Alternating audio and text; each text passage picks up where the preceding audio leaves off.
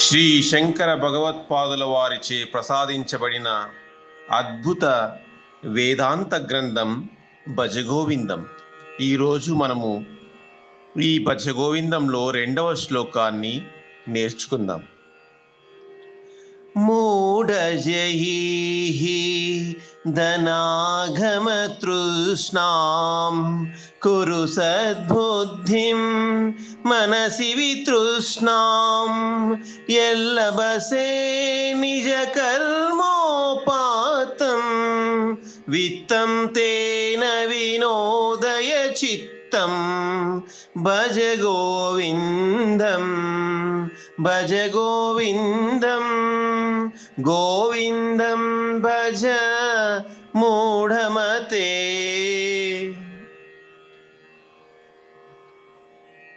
మూఢ అంటే ఓ మూఢుడా, ధనాగమ తృష్ణాం ధన సంపాదనపై ఆశను, జహీహి అంటే విడిచిపెట్టు, మనసి అంటే మనస్సులో, వితృష్ణాం అంటే ఆశలు లేకుండా, సద్బుద్ధిం కురు మంచి ఆలోచనలు చెయ్యి, నిజ కర్మ నీ స్వధర్మ కర్మల ద్వారా, ఉపాత్తం అంటే సంపాదించిన, యత్ ఏ, విత్తం అంటే ధనం, లభసే లభిస్తుందో, తేన దానితో, చిత్తం వినోదయ మనస్సంతోషాన్ని పొందు.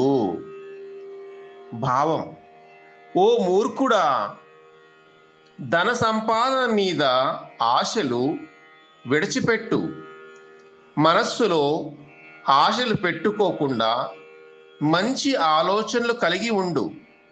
నీ కర్తవ్య కర్మల ద్వారా ఎంత ధనాన్ని సంపాదిస్తావో దానితో సంతోషంగా ఉండు అంటున్నాడు.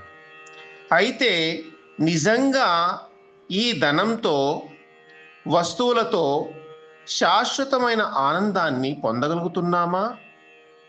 తాత్కాలిక ఆనందాన్ని పొందగలుగుతున్నామా? కానీ నిత్యమైన ఆనందాన్ని పొందలేం. ఎందుకంటే అవన్నీ అనిత్యమైన వస్తువులే గనక నిత్య వస్తువు మాత్రమే నిత్య ఆనందాన్ని ఇవ్వగలుగుతుంది. మనకు నిజంగా కావలసింది నిత్య ఆనందమే.